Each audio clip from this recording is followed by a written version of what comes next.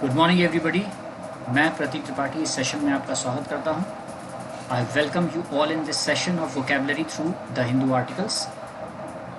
आशा है आप सब लोग अपने घरों में होंगे, सुरक्षित होंगे और रेडी होंगे इस सेशन के लिए। आप जैसा कि देख रहे हैं कि इस समय लॉकडाउन है और पढ़ने के लिए हमें इस तरीके के ऑनलाइन मेथड्स का यूज़ करना पड़ रहा है। ये सेफ भी है और इस समय की ज़रूरत भी है। तो चलिए शुरू करते हैं। The Hindu editorial 2 July 2020 page 6 का एक्सप्लेनेशन। इस बार आपने ध्यान दिया होगा इन स्लाइड्स में जो आपके सामने दिख रही हैं, यहाँ पर आपने देखा होगा वर्ड्स के साथ तोड़ करके ब्रैकेट्स में उनका मीनिंग लिखा है। आपको पता है ये क्यों किया गया है? It is just because the fact that I want you to understand it in a simpler manner. आपके पास टाइम है, आप चाहें तो ये वर्ड्स के मीनिंग जो ब्रैकेट्स में लिखे हुए हैं आप इनको नोट डाउन कर सकते हैं। हमने इसे सिंप्लीफाई करने का तरीका किया। तो let's begin with the session. इस आर्टिकल का जो टाइटल है that is lakhs on safety. Lakhs के आगे ब्रैकेट में आप देख रहे हैं लिखा है नेग्लिजिएंट या लूज। ये जो दो वर्ड्स हैं ये लैक्स को डिफाइन कर रहे हैं। लैक्स का मतलब ढिलाई या नेग्लिजियंस होना, ध्यान ना देना, लापरवाही करना, ढील दे देना। ऑन सेफ्टी, सेफ्टी पे ढील दी गई है। Lakhs on safety, safety measures को नज़रअंदाज किया गया है। अगर नेग्लिजिएंट यहाँ पर लैक्स का मीनिंग नज़रअंदाज करना भी आप लगाएंगे तो बिल्कुल सही होगा। तो सेफ्टी में, सतर्कता में ढिलाई, ये इसका टाइटल है passage. Deadly industrial accidents point to the low priority that laws and protocols get.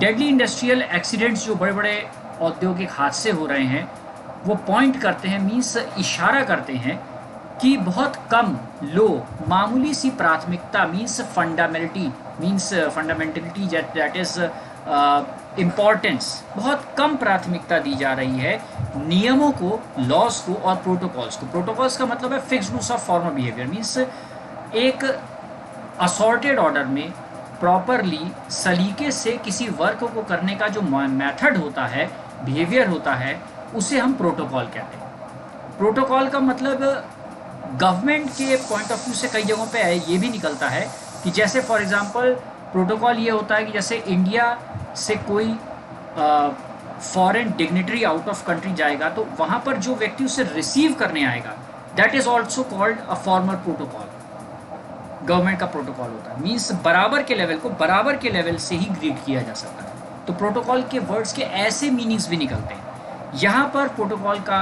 मतलब जो निकलेगा वो है fixed rules of formal behaviour. That means आज भी डेडली बड़े बड़े जो घातक हादसे हो रहे हैं औद्योगिक स्तर पे, ये इशारा करते हैं कि बहुत मामूली सी प्राथमिकता या फंडामेंटलिटी या फिर आप कह सकते हैं कि लो इम्पोर्टेंस, बहुत कम इम्पोर्टेंस दी जा रही है नियमों को, कायदे कानूनों को और साथ में प्रोटोकॉल्स, मतलब जो बने बनाए व्यवस्थित नियम हैं किसी चीज़ को ले करके कि ये कैसे वर्कआउट होनी चाहिए ये वस्तु, ये चीज़, इन बातों को बिल्कुल नज़रअंदाज किया जा रहा है या बहुत कम प्राथमिकता दी जा रही है। ठीक है, ये इसका मतलब निकलेगा।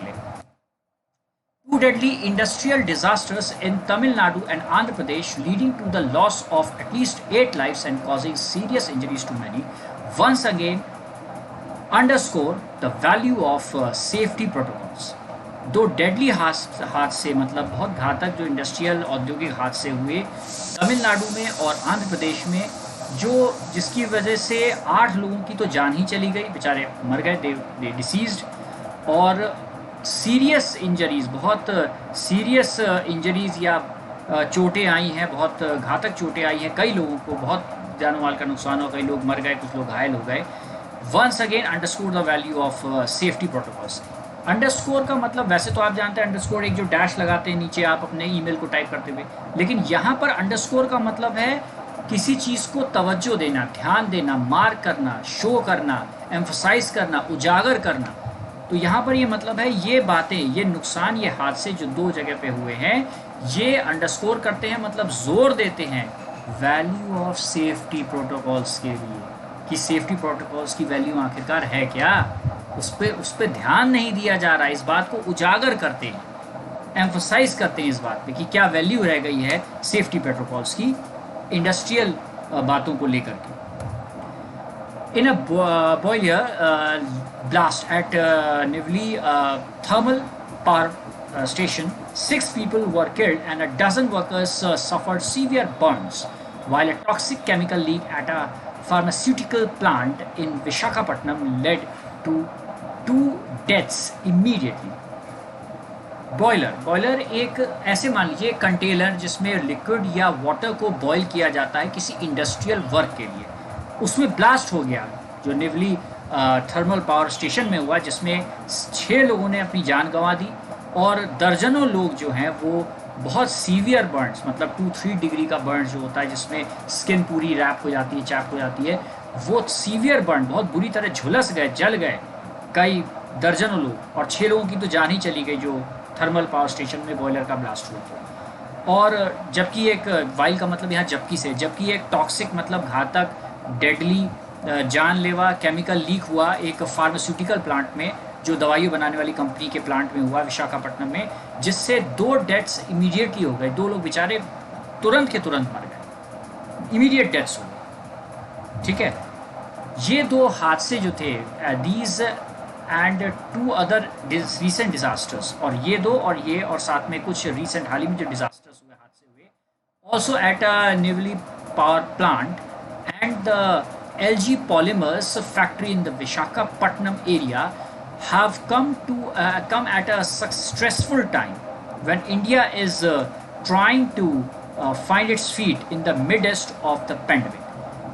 इनके साथ साथ ये दूसरे 2 रिसेंट हाल ही में जो हादसे हुए हैं जो निवली पावर प्लांट में हुए हैं और एक और LG में and the LG Polymers factory में जो हुआ है विशाखापट्टनम के एरिया में। पॉलीमर्स क्या होते हैं? Polymers natural artificial chemical compounds होते हैं, जनरली ज़्यादा बड़े मॉलिक्यूल्स के होते हैं, जिसमें नायलॉन, पॉलीथीन, सिलिकॉन, रेयॉन, जिनसे फैब्रिक भी बनता है। ये एक कंपाउंड्स, केमिकल कंपाउंड्स होते हैं कार्बन के, जो पॉलीमर्स कहलाते हैं। आर्टिफिशियल भी होते हैं, नेचुरल भी होते हैं। इनके LG के पॉलीमर के जो फैक्ट्री में विशाखापट्टनम एरिया में भी जो एक हादसा हुआ है, इसमें ये ऐसे समय पे, एक ऐसे स्ट्रेसफुल टाइम पे ये हादसे हो रहे हैं या हुए हैं, जो स्ट्रेसफुल टेंशन वाले टाइम में, जब India is trying to find its feet. जब India trying to find its feet, it's a phrase जिसका मतलब है starting to feel confident in a new situation. एक नई सिचुएशन में अभी पैर जमाए हैं इंडिया ने इस हादसे को, इस बड़े पैंडमिक को रोकने के लिए अभी समझना शुरू किया है, उसके प्रति उजागर लोगों को अवेयरनेस लानी शुरू की है। जब इंडिया उससे जूझ रहा है, और साथ में मिडेस्ट का मतलब होता है इन द मिडिल ऑफ, ठीक बीच में, इतनी बड़ी विश्व महामारी के साथ के बीच में, इतने बड़ी पैंडमिक के बीच में, जब उस दौर से गुजर रहा है और इंडिया अपने पैरों पे खड़ा होना चाह रहा है, अब थोड़ा सा कॉन्फिडेंट फील कर रहा है कि इस चीज़ों से डील कर लेंगे, किस तरह से डील करेंगे, दवाइयाँ भी मार्केट में आने की बातें सामने आ रही हैं आने वाले समय के लिए। तो ऐसे स्ट्रेसफुल टेंशन वाले टाइम में, जब इतने बड़े पैंडमिक के मध्य में इंडिया, अपना देश गुजर रहा है, उस समय इस तरीके के हादसे हो रहे हैं जो हुए हैं हादसे, ये एक बड़ी अजीब सी बात है। एक स्ट्रेसफुल टाइम में जो है इस तरीके की बातों का होना, ये बड़ा एक, जिस समय इंडिया अपने आप को किस तरह से उससे जूझने के लायक बनाने की कोशिश कर रहा है, उस समय इस तरह के हादसे होना बड़े अजीब सी बात है। What happened in Nivali on Wednesday is inexplicable, since the power producer had encountered a boiler furnace blowout only on May 7th and had ordered a review of its infrastructure and processes. जो कि निवली में हुआ है Wednesday को, ये inexplicable था। Inexplicable मतलब explain करने के बियॉन्ड था, क्योंकि एक पावर प्रोड्यूसर, जबकि एक पावर प्रोड्यूसर का मतलब यहाँ जबकि हुआ है, जैसे कि जबकि एक पावर प्रोड्यूसर ने एनकाउंटर किया, मीन्स फेस किया था बॉयलर फर्नेस का ब्लो आउट, मतलब ऑलरेडी एक ब्लास्ट वो एनकाउंटर कर चुके हैं, मतलब पहले से उसे देख चुके हैं होते हुए, ओनली 7th of May को, और उसको रिव्यू करने के लिए उसके इंफ्रास्ट्रक्चर और प्रोसेस को उन्होंने ऑर्डर दिया कि भाई रिव्यू करो कि ये प्रोसेसेस सही चल रही हैं कि नहीं, इक्विपमेंट सही वर्क कर रहे हैं कि नहीं, ये इंफ्रास्ट्रक्चर सही है कि नहीं इस पर्टिकुलर वर्क को करने के लिए, इंडस्ट्रियल के वर्क को करने के लिए। जिस समय रिव्यू कर रहे थे और एक इंफ्रास्ट्रक्चर प्रोसेसेस के बारे में बात हो रही थी, उस समय ये हादसा हो जाना, ये कैसे एक्सप्लेन किया जाएगा? भैया अभी तो आप 7 मई के हादसे से बाहर ही नहीं निकल पाए। ब्लो आउट फर्नेस का, फर्नेस मतलब भट्टी का जो एक बॉयलर की भट्टी का जो ब्लो आउट बर्स्ट हुआ था वो फट गई थी या उसमें काफ़ी बर्स्ट हुआ था, इसमें कोई और नुकसान हुआ होगा। उस समय ये फिर से हादसे हो जाना जबकि आप भी इंफ्रास्ट्रक्चर को रिव्यू कर रहे हो, प्रोसेस को कि सही है कि नहीं सब कुछ चीज़ें, तो ये कैसे एक्सप्लेन किया जाएगा? ये तो होना ही नहीं चाहिए था। Without meticulous care boilers are dangerous pieces of equipment. बिना मेटिकुलस के लिए हुए, मेटिकुलस मीन्स वेरी केयरफुल या विजिलेंट, सतर्क हुए बगैर अगर कार्य किया जाए, वर्क किया जाए इंडस्ट्रीज़ में, without being meticulous means vigilant, सतर्क, ध्यान, केयरफुली, बिना कोई वर्क किए हुए अगर हम बॉयलर्स से डील करते हैं किसी इंडस्ट्रियल प्लांट में, तो आप समझ लीजिए कि बॉयलर्स बहुत डेंजरस होते हैं इक्विपमेंट्स। ये घातक जो है मशीनें होती हैं। High pressure and super heated steam make for a lethal combination if their release mechanism is not kept in good order and there is an explosion। High pressure में दबी हुई सुपर हीट, बहुत ज़्यादा हीट की हुई steam मतलब भाप जो होती है, वो एक डेडली मतलब घातक मिश्रण है, कॉम्बिनेशन है। अगर उसके रिलीज़ करने के मतलब उसके वेंट आउट करने का, उसको रिलीज़ करने का, छोड़ने का मैकेनिज्म जो है वो प्रॉपरली अच्छी तरह से कार्य नहीं कर रहा है, तो ज़रा भी कहीं जो है हीट को प्रॉपरली बाहर निकलने का रास्ता प्रॉपरली नहीं मिला हाई प्रेशर और सुपर हीटेड स्टीम को, क्योंकि स्टीम का टेम्परेचर बहुत ज़्यादा होता है। आपको पता होगा कि भाप से एक आपको फैक्ट बताते हैं साइंटिफिक कि जो वाटर के बॉइलिंग पॉइंट से जो स्टीम होती है उसमें लेटेंट हीट होने की वजह से उसका टेम्परेचर ज़्यादा होता है, 100 से भी ऊपर होता है, और उसका जला बहुत ख़राब स्थिति कर देता है, मतलब बहुत ज़्यादा उससे जलना बहुत खतरनाक होता है।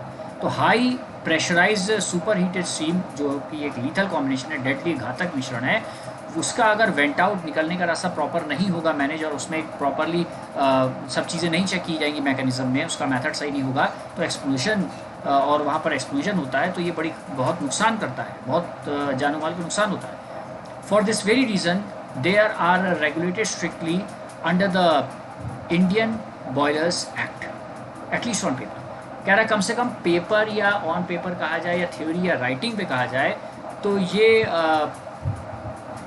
जो है स्ट्रिक्टली आता है इंडियन बॉयलर एक्ट्स के अंतर्गत। ये सारी बॉयलर से रिलेटेड गतिविधियाँ जो इंडस्ट्रियल लेवल पे होती हैं, ये सब की सब इंडियन बॉयलर्स एक्ट के अंतर्गत आती हैं स्ट्रिक्टली, अगर पेपर की बात की जाए। मतलब इसके बाकायदा नियम कानून होंगे और उनको बिना वर्क किए हम इनको बॉयलर्स वाले वर्क को इंडस्ट्री के लेवल पे नहीं कर सकते या नहीं करना चाहिए।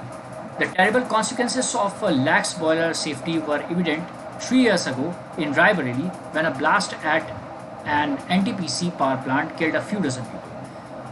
बहुत घातक कॉन्सिक्वेंसेस मीन्स परिस्थितियाँ हो जाती हैं, ऑफ लैक्स मतलब बॉयलर सेफ्टी, अगर बॉयलर की सेफ्टी को लेकर के ढिलाई दी जाती है तो इविडेंट मतलब अवश्यम भी मतलब ऑब्वियस होता ही है फिर हादसा। वर एविडेंट 3 years ago ही ये बातें सामने आ चुकी थी 3 साल पहले भी, कि बहुत घातक परिस्थितियाँ हो जाएंगी अगर बॉयलर सेफ्टी नॉर्म्स को लेकर के ढिलाई दी जाएगी। रायबरेली में जब एक ब्लास्ट में एनटीसीपी के पावर प्लांट में होने पर करीब कुछ दर्जन लोग जो है मारे गए थे, ये पहले ही हो चुका था। लेकिन but states have clearly not internalize a culture of zero tolerance to boiler accidents. लेकिन स्टेट्स जो हैं हमारे यहाँ, राज्य जो हैं, वो इंटरनलाइज ही नहीं करते हैं, मतलब सब्जेक्टिव या पर्सनल लेवल पर या सीख ही नहीं लेते हैं ज़ीरो टॉलरेंस के कल्चर को लेकर के। इन एक्सीडेंट्स को जो है, इन इंसिडेंट्स कहने का मतलब ये है कि स्टेट्स कुछ सीखते ही नहीं है। Clearly not internalize means states ने साफ तौर पे कुछ भी नहीं सीखा है, कुछ इंटरनलाइज ही नहीं किया है, कुछ सीखा ही नहीं है। ज़ीरो टॉलरेंस होनी चाहिए इन एक्सीडेंट्स को बॉयलर के लेकर के, कि किसी भी हालत में हम ये हादसा नहीं हो जाएंगे, कोई कॉम्प्रोमाइज़ की स्टेट नहीं होनी चाहिए, नो कॉम्प्रोमाइज़ वाली बात होनी चाहिए, कोई समझौता नहीं होगा सेफ्टी नॉर्म्स को लेकर के। बॉयलर से रिलेटेड इंडस्ट्रियल वर्क पे कोई समझौता नहीं किया जाएगा सेफ्टी नॉर्म्स को लेकर के। इस बात से पुराने एक्सीडेंट से लाइब्रेरी की को सीखा ही नहीं लगता state, they have learn nothing, कुछ इंटरनलाइज ही नहीं किया उन्होंने, हो रहा है तो होने दो। The gas leak in Visakhapatnam apparently involving benzimidazole, a chemical used in pharmaceuticals, raises question on maintenance and operational procedures। जो एक लीक हुआ था गैस का विशाखापट्टनम में, उसने अपेरेंटली पूरी तरीके से ये इन्वॉल्व, जिसमें बेंजीमिडाजोल जो एक केमिकल कंपाउंड है, इसकी वजह से ये इन्वॉल्व था उसमें, और केमिकल यूज़ किया गया था किसी फार्मास्यूटिकल कंपनी में, मीन्स दवा बनाई कंपनी में। ये क्वेश्चन उठाता है, प्रश्न उठाता है, इस पर प्रश्न लगाता है इस बात पे कि मेंटेनेंस और जो उसके ऑपरेशन के इस मतलब इंडस्ट्रियल वर्क से रिलेटेड जो प्रोसीजर्स हैं, जो प्रोसेसेस हैं, उनका ऑपरेशन कैसे है, कैसे एग्जीक्यूशन है, कैसे उनको लागू कराना है, कैसे मेंटेन करना है इक्विपमेंट्स को, ताकि वो सही सलामत काम करें, कोई हादसा ना हो। इस बात पर एक प्रश्न चिन्ह लगा देता है, कोई ध्यान ही नहीं दे रहा है इस बात पर। Nobody is paying attention. The probe into how vapors of a stable but acutely toxic chemical escaped should lead to an upgrade to safety protocols. उसके बाद ये कहा जा रहा है कि probe means investigation, एक इन्वेस्टिगेशन होनी चाहिए, एक प्रोब होना चाहिए, एक जांच होनी चाहिए कि कैसे सेफ जो वेपर्स होते हैं, जो भाप होती है, जो स्टेबल होती है, ऑफ अ स्टेबल बट किसी स्टेबल मतलब एक तरह से बैलेंस्ड, लेकिन एक्यूटली मतलब बहुत तीव्र लेवल पर घातक टॉक्सिक केमिकल की जो भाप होती है, वो स्टेबल है वेपर, लेकिन वो कैसे एस्केप कर जाता है, मीन्स लीक हो जाता है, और अगर हो रहा है तो इस बात को लेकर के अपग्रेड होना चाहिए सेफ्टी प्रोटोकॉल्स को, मतलब सेफ्टी प्रोटोकॉल्स के जो स्केल्स मीन्स पैमाने हैं, उन्हें अपडेट करना चाहिए आपको। इन्वेस्टिगेशन होनी चाहिए कि अगर ऐसी घातक गैस कहीं से लीक हो जाती है या हो सकती है, तो उस बात को पूरी तरह से रोकने के लिए जो इक्विपमेंट्स है उन्हें अपडेट करना चाहिए, उसे अपग्रेड करना चाहिए उसके सेफ्टी मेजर्स को, ताकि दोबारा इस तरह की बातें ना हो। जो नेवली में जो इंसिडेंट हुआ था, ये there is a suggestion that the boiler was not in operation and it had tripped and was in the process of being revived. जहाँ पर ये एक्सीडेंट हुआ, ये सजेशन है, सजेशन दिया गया है, सजेशन है कि बॉयलर तो ऑपरेशन में उस समय नहीं था और वर्क नहीं कर रहा था, और शायद उसमें बर्स्ट हो गया, एकदम से सेट ऑफ हो गया वो जो है, और वो एक प्रोसेस में था रिवाइव करने के, उसको वो मतलब पहले से सुधर रहा था, ठीक हो रहा था, उसे ठीक किया जा रहा था, उसके दौरान ये मतलब हादसा हुआ। जबकि major operations of this equipment include furnace and production of steam, जबकि ये मेजर ऑपरेशन इस इक्विपमेंट के जो होते हैं, इस मशीन के जो मेजर हिस्से हैं, पार्ट्स हैं, टूल्स हैं, वो एक फर्नेस है, मतलब फर्नेस में भट्टी है, और स्टीम मतलब भाप का प्रोडक्शन है, भट्टी और भाप का प्रोडक्शन, ये दोनों चीज़ें हैं। तो फिर आखिर दो ही चीज़ें मेन इसमें मेजर इक्विपमेंट होता है, तो आखिर अनएक्सपेक्टेड मतलब बिना कोई एक्सपेक्टेशन के पहले अचानक एकदम से सरप्राइजिंगली ये ब्लो आउट, ये धमाका कैसे हो गया? फिर ये तो चौंकाने वाली बात है। NLC India, a key power producer, has an obligation to present a transparent report on why its facilities are beset by mishaps। आखिर ऐसा क्यों हो रहा है कि NLC इंडिया जो एक पावर प्रोड्यूसर है, उसकी ड्यूटी है कि एक ट्रांसपेरेंट मतलब निष्पक्ष रिपोर्ट प्रस्तुत करे कि उसके फैसिलिटीज़ मतलब स्टैब्लिशमेंट जहाँ पर उसकी फैक्ट्रीज लगी हुई हैं, वहाँ पर ऐसे मिसहैप्स मतलब हादसों से ऐसी जगह क्यों घिर गई है, बिसेट हो गई है, मीन्स कवर्ड हो गई है उसकी फैसिलिटीज़, कि लगातार उसकी फैसिलिटीज़ में, उसके जॉइंट्स में, उसके इस्टेब्लिशमेंट्स में, जहाँ जहाँ पर इंडस्ट्रियल इस तरीके के इंडस्ट्रीज़ लगी हुई हैं उसकी, वहाँ पर ऐसे जॉइंट्स पर, ऐसी फैसिलिटीज़ पर एकदम से हादसे क्यों हो जा रहे हैं, उसके फैसिलिटीज़ में हादसे ही अटैक क्यों कर रहे हैं, अचानक क्यों हादसे हो जा रहे हैं, इस पर एक निष्पक्ष ड्यूटी है उसकी कि रिपोर्ट प्रस्तुत करें, बनाएं। Occupational safety demands that boilers are operated by trained personnel, but some of those on the ground have been described as contract employees। Occupational means work करने की जो सेफ्टी डिमांड करती है कि boilers operated by trained personnels के द्वारा बहुत trend लोगों के द्वारा ही ऐसी चीज़ों को डील किया जाए। लेकिन कुछ ऐसे ग्राउंड पे होते हैं जो कॉन्ट्रैक्ट लेवल पे एम्प्लॉयज़ भी हायर किए जाते होंगे, तो it will make an independent pro कि एक इंडिपेंडेंट इन्वेस्टिगेशन होनी चाहिए डिटरमाइन करने के लिए कि कॉस्ट कैलकुलेशन से कि कितनी लागत आएगी लोगों को रिक्रूट करने में, स्टाफिंग गाइडेड स्टाफिंग, ताकि स्टाफिंग मीन्स जो स्टाफ है वहाँ का जो वर्क करने वाले लोग हैं, स्टाफिंग डिसीजन किसको रखा जाए, रिक्रूट कैसे किया जाए। ये एक हैज़ार्डस सेक्टर है, मतलब एक ऐसा सेक्टर है जो रिस्की सेक्टर है। तो यहाँ पर जो कॉस्ट कैलकुलेशन करके जो लोगों को रखा जाए कि कितने लोगों को रिक्रूट किया जाए, कितनी सैलरी क्या हो जाए, तो ऐसे लोगों को ही रखा जाए कि वो इस तरीके की डेंजरस सेक्टर में जो लोग कार्य कर सकते हो, जिनकी एबिलिटी, एक इंडिपेंडेंट इन्वेस्टिगेशन होनी चाहिए कि किस तरह के लोगों को रिक्रूट किया जाए इस सेक्टर में वर्क करने। The response of the center and the states to industrial accidents is usually to stem public outrage by announcing compensation for victims. Response जो स्टेट्स और सेंटर का इंडस्ट्रियल एक्सीडेंट्स को, औद्योगिक हादसों को लेकर के होता है, वो जनरली स्टेम करता है, ओरिजिनेट करता है। उनका जो रिस्पॉन्स होता है कि हम अनाउंस कर देंगे, कॉम्पेंसेशन दे देंगे, क्षतिपूर्ति करने के लिए विक्टिम्स को पैसा दे देंगे। इस तरीके का जो उनका रवैया होता है ये लोगों को भड़काता है। Outrage means strong reaction, violent reaction public में स्टेम करता है। स्टेम मतलब ओरिजिनेट करता है, तो स्टेम का मतलब पेड़ के तने को भी कहते हैं, लेकिन स्टेम मीन्स जनरेट करता है, ओरिजिनेट करता है, पब्लिक की गुस्से को भड़काता है कि जहाँ हादसा हुआ वहाँ आपने पैसे दे करके लोगों को कॉम्पेंसेट कर दिया, उनकी क्षतिपूर्ति कर दी। A transfer inquiry that leads to a fixing of responsibility and reform is a low priority, this culture must change.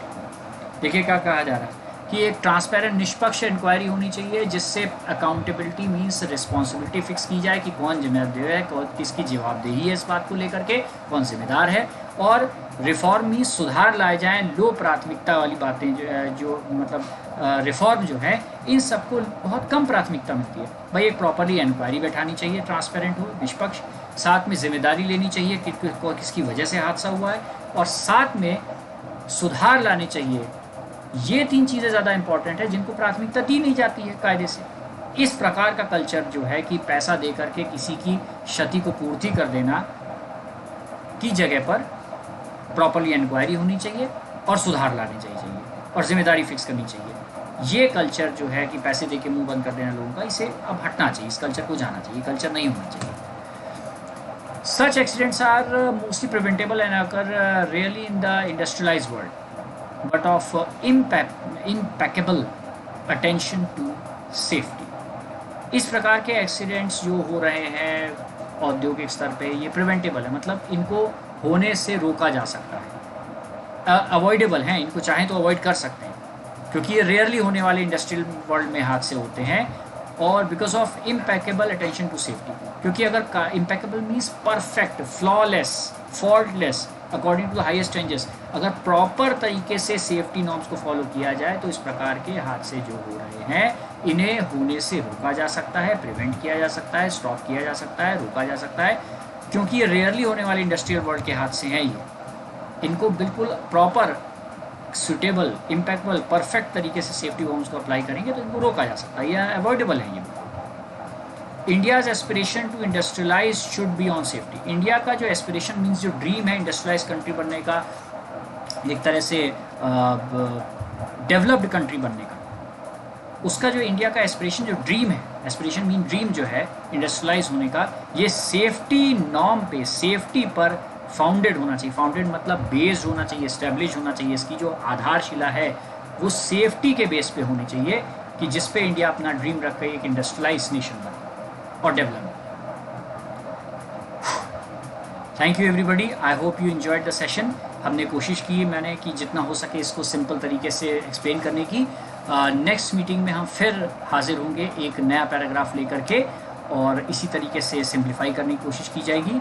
I hope आपने इस सेशन को एंजॉय किया होगा और until next session, stay safe, stay healthy, take care, thank you.